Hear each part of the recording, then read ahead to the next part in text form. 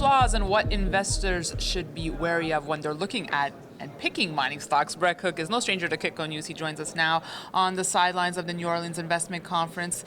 He's the publisher behind Exploration Insights, and you're also a speaker here. Brent, welcome back to the show. Thanks, always good to be here. So, fatal flaws, this is something new you're doing now, looking at and giving better insight as to what investors should be picking. Yeah, in the letter, we've always done that. That's always been the key, is that we know the odds of discovery are so low that our goal, myself and a geologist I just hired, Joe Mazumdar, our goal is to find the fatal flaw in a project before the crowd does, so that even if we start to be on a discovery, when we find what's wrong, we can get out before the crowd finds out and still make money. If we can't find a fatal flaw, we're in there. But given, again, we know so many things can go wrong, we've got to find what those are. Well, what is a fatal flaw for you?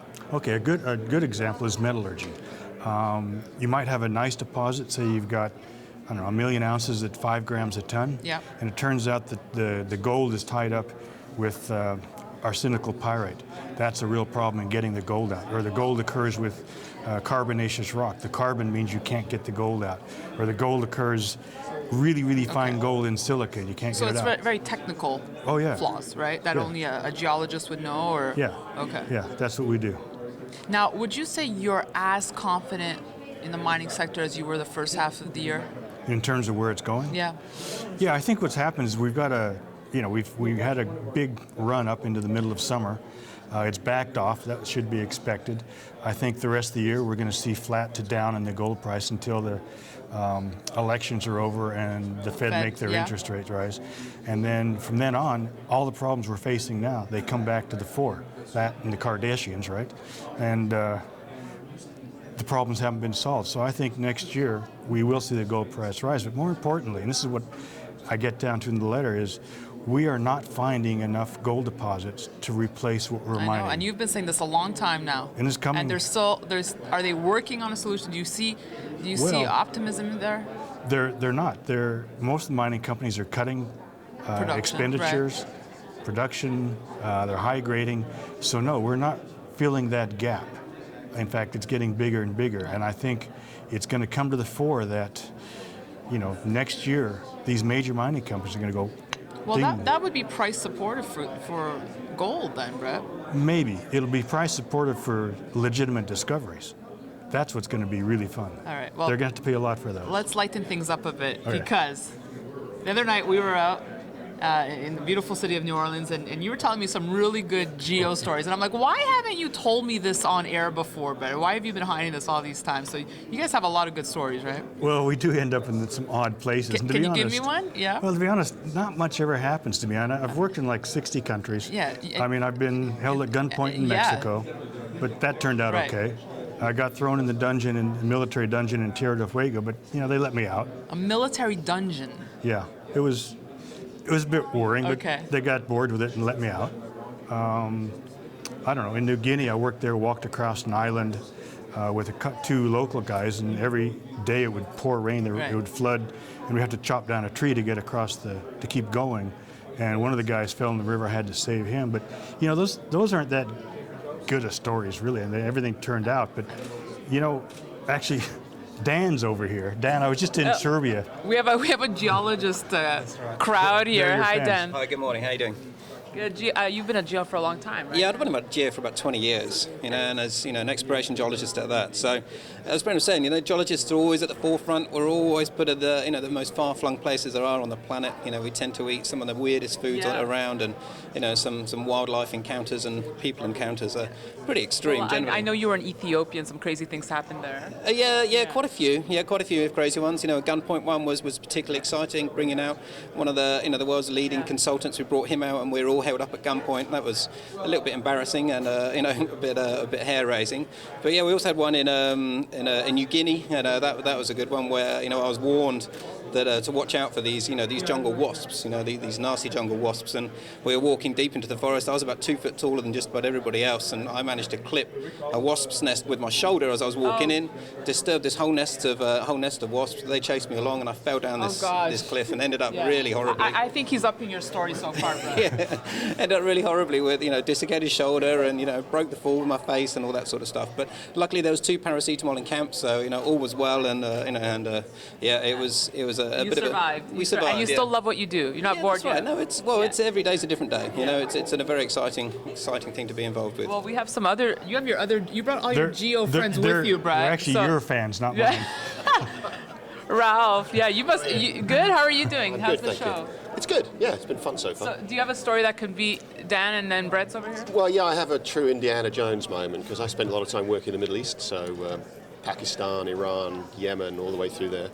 And we were working in Baluchistan in Pakistan and had to get clearance from the local drug lord in the area. So we A were real drug lord, not like a real movie drug lord. Yeah, no, I found out afterwards this guy was responsible for shipping most of the opiates that go into Europe.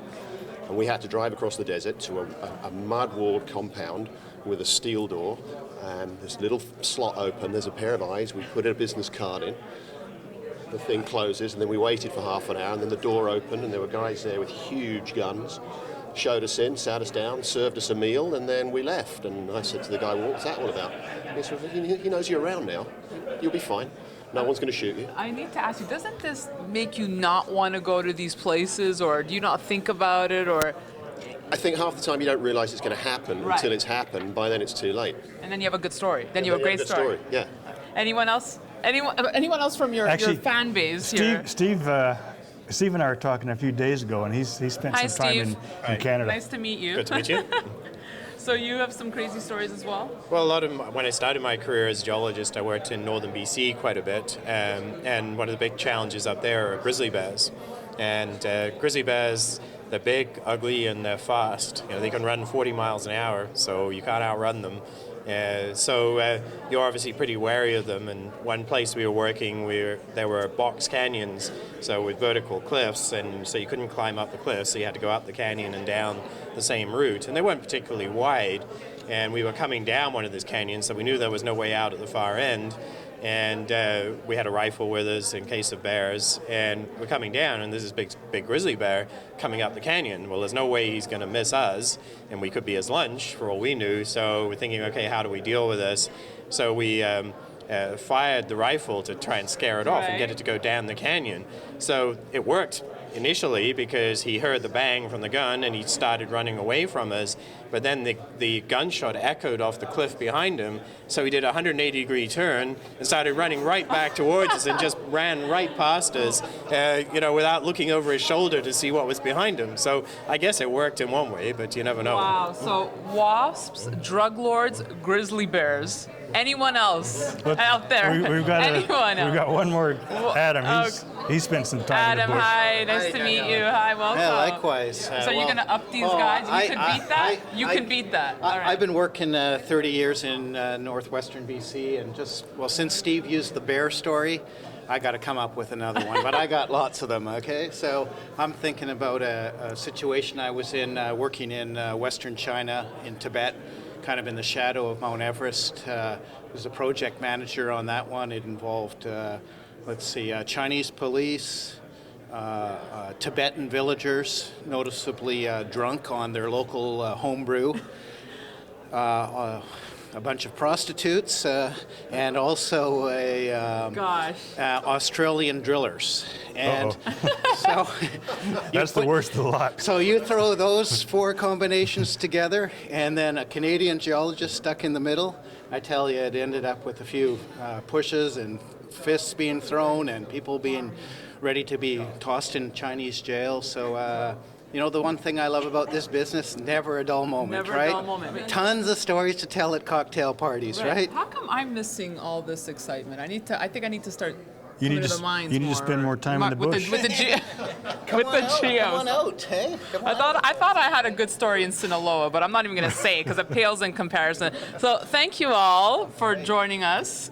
Thank you, Brett. That's fun. We should keep doing I this. think we have a new show idea on show. our hands. You're tired at the bar, but you know what? We might be onto something. Thank you so much for joining us. Always a pleasure. And thanks for watching this crazy coverage from the New Orleans Investment Conference. We'll have more for you on Kitco.com.